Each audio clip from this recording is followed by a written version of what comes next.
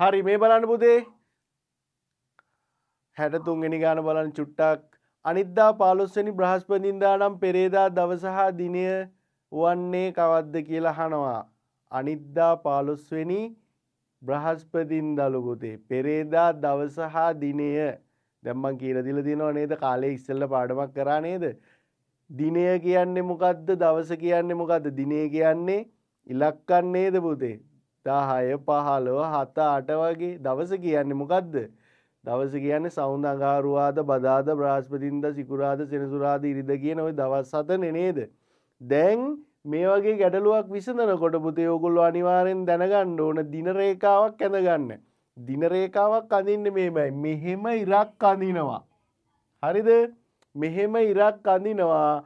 මැදින් තිතක් තියෙනවා. ඔන්න තිබ්බා. ඒක තමයි අද.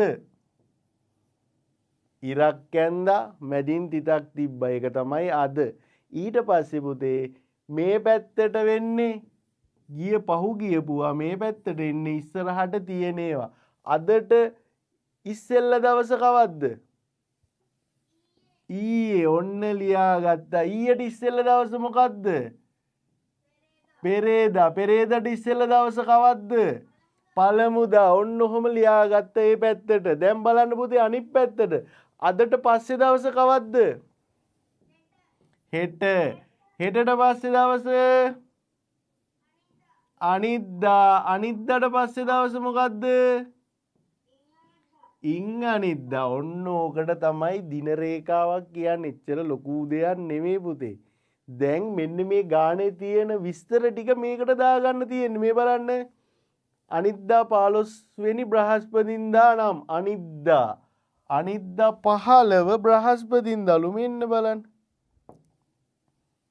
අනිද්දා 15 බ්‍රහස්පතින්දා නම් ඔන්නෝම ලියා ගන්නවා අනිද්දා 15 බ්‍රහස්පතින්දා කියලා.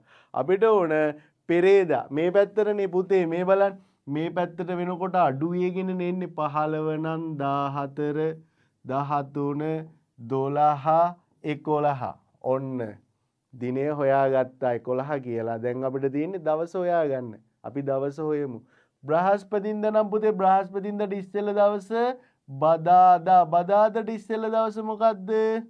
අඟහරුවාදා. අඟහරුවාදාට ඉස්සෙල්ලා දවස සඳුදා. සඳුදාට ඉස්සෙල්ලා දවස ඉරිදා. එහෙනම් පිළිතුර ඉරිදා 11 වෙනි ඉරිදා තමයි පෙරේදා දිනය හා දවස 11 වැනි ඉරිදා. පිළිතුර අංක 3.